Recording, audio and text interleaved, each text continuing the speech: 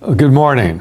Today is Wednesday, October 28th, and I'm looking forward to having a few issues brought up that I'd like for you to consider as we move forward with this pandemic issue. First of all, one thing that's kind of concerning me when I hear actually health officials bring up either in the newspaper or on television or radio about COVID fatigue. And quite frankly, I just don't understand that. I guess I know people are getting tired of this issue. I'm getting tired of dealing with COVID as well. But it's something that's so real and so present in our lives today that I hope we are not becoming to a point where we are becoming tired and fatigued of COVID, because it's going to be, unfortunately, it's going to be with us for a while. We have just found out, of course, that not only in the United States and in Michigan, but in Kent County, the number of positive COVID issues have been increasing, and quite frankly, increasing at an alarming rate. And also those people that are being placed in hospitals because of contracting the virus.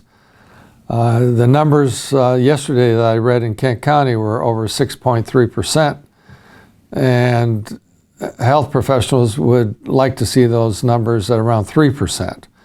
So we've got an issue. We have an issue that the number of positive cases is increasing at an alarming rate, and we need to continue to take this issue very seriously for ourselves and certainly for our children and our families and for our friends and neighbors. As you know, the high school buildings, both the 9th grade freshman center and the 10-12 building, the students were back in school on Monday. And after a 2-week quarantine because of the concerns about the possible spread of the virus in our 9 through 12 buildings. The students that I talked to, staff that I talked to, we're excited about the opportunity to be back face-to-face, and that I'm very pleased to see that people really respect the importance of students and teachers being together in classrooms face-to-face. Quite frankly, that is the most effective way of teaching and learning. And it is certainly my hope that we continue to keep our high school students in the classroom with their teachers well into the future. At the middle school level, grades 6 through 8, there's hardly been a problem so far. I know I probably shouldn't be saying that because there probably will become a problem, but I know that so far, our middle school buildings, both East Middle School and North Middle School, have had very few incidences of COVID positive identification and/or close contacts. At our elementary schools, the 8 schools, we've had a couple of schools that classrooms have been identified as a possible exposure to COVID and/or close contact. What's different about elementary schools compared to secondary schools is that you have cohorts of students in the same classroom, not moving around to other classrooms, and quite frankly, together with their teacher as one unit. And that makes it a little easier to deal with situations where possibly a positive identification with a student or a staff member with symptoms has been identified. And so what we do with elementary schools, if an identified COVID case is presented, the students in that classroom with the teacher are quarantined. And they go into remote online learning for the 14 days. And that has happened several times throughout our district with several buildings, but it has worked out well, and it has led to a situation where we have not had to close the entire building, but just those classrooms that are impacted. And so I'm glad to see that at the elementary level as well, that we're able to handle this challenge and this virus in a very proactive way. So I've been asked this question many times.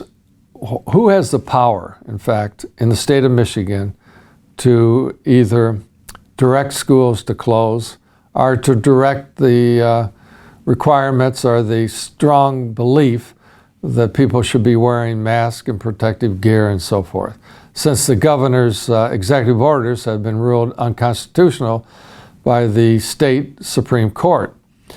Well, the issue of the concern that we've been told are the issue lies in the Michigan Department of Health and Human Services. That's the state health department, and they basically receive their directives through the CDC, Center for Disease Control, at the national level. And the State Department, of course, then directs the local county health departments.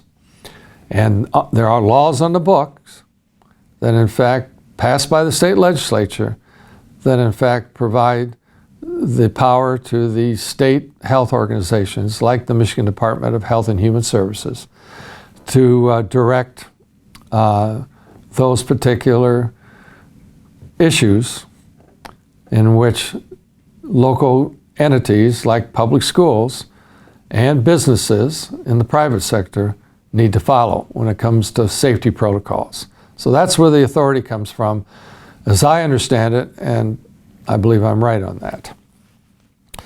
You know, and the bottom line for me anyway, because we've been dealing, all of us, you, I, everyone has been dealing with the COVID issue, the pandemic, since last March. And quite frankly, it is my responsibility, our responsibility as residents of the state of Michigan, to listen to our health officials, our health professionals, those people who work with this issue on a daily basis, those people in the hospitals, in the health departments and so forth, our doctors, our nurses, and others who in fact are experts in this field. And so forth, that's whom I listen to. And those are the directives that I'll follow to the best of our ability to keep you as parents, and certainly your children, and our teachers and support staff, and those who come into our buildings, keep them safe. And I listen to the health professionals. One of the issues is wearing masks, and I get that. I get people telling me I don't want to wear a mask, I don't want my kids to wear a mask, I'm not going to wear a mask, and so forth. Well, you know, while you're in our schools, you have to wear a mask. Our teachers do, our support staff do, our students do, and so forth. What happens in your own private residence, that's obviously your business. But we do know that masks work. They work by reducing the potential of contracting the virus by 70 to 80%. And we also know that if I wear a mask and you wear a mask and we are talking to each other physically, present with each other, that in fact it is reducing the potential of contracting COVID. And so why wouldn't we do that? I mean, whether we feel uncomfortable or don't like wearing masks, I'm wearing a mask for you, and I would hope that you would wear a mask for me, and so forth, throughout this pandemic. It's just the way it is. Also, the second issue that really works, according to our health professionals, is washing hands. And as you know, we have hand sanitizers in every classroom, on every school bus, and every part of our school buildings, so people can wash their hands on a regular basis. I think that's really important to follow that particular safety protocol as well. So really the wearing of masks and the washing of hands are the two safety protocols that I have found are consistently promoted by our health professionals. And we should be following them, and we will continue to follow them in the Rockford Public Schools. I've also been asked about why are we closing schools or sending students home to be quarantined if they're close contacts. And I get that frustration. I am frustrated by that as well. That in fact, if I am under 6 feet apart from a student that has been, or a person that's been identified that has contracted COVID, that I need to be quarantined for 14 days. And I know that there are some students that I've talked to their parents that they've came back after a 14-day quarantine because they were close contact, and then within several days it happened again, and they were out for 14 days. And I get it. I understand the frustrations that people have about that. But I've been told over and over again by our health professionals that these close contact people have the potential of literally contracting COVID, and it may not take place until day 13 or day 14, until the symptoms start to show. But you're still contagious.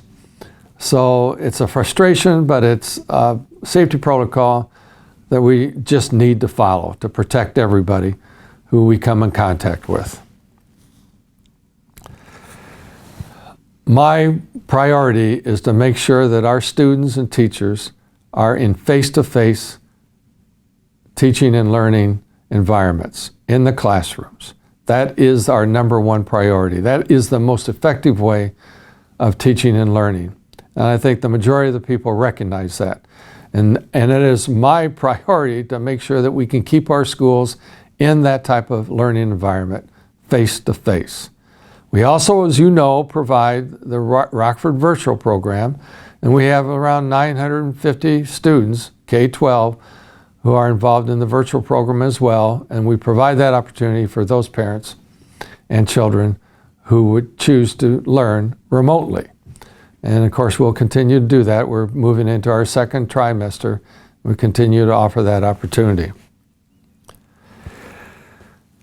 I ask again that we, during this pandemic, that we all work together collaboratively, supporting each other, the schools, the homes, students, faculty, parents, the community, as we deal with this terrible pandemic.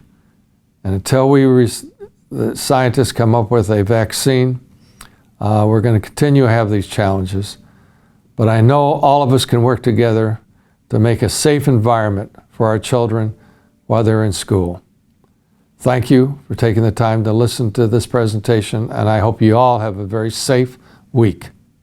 Thank you.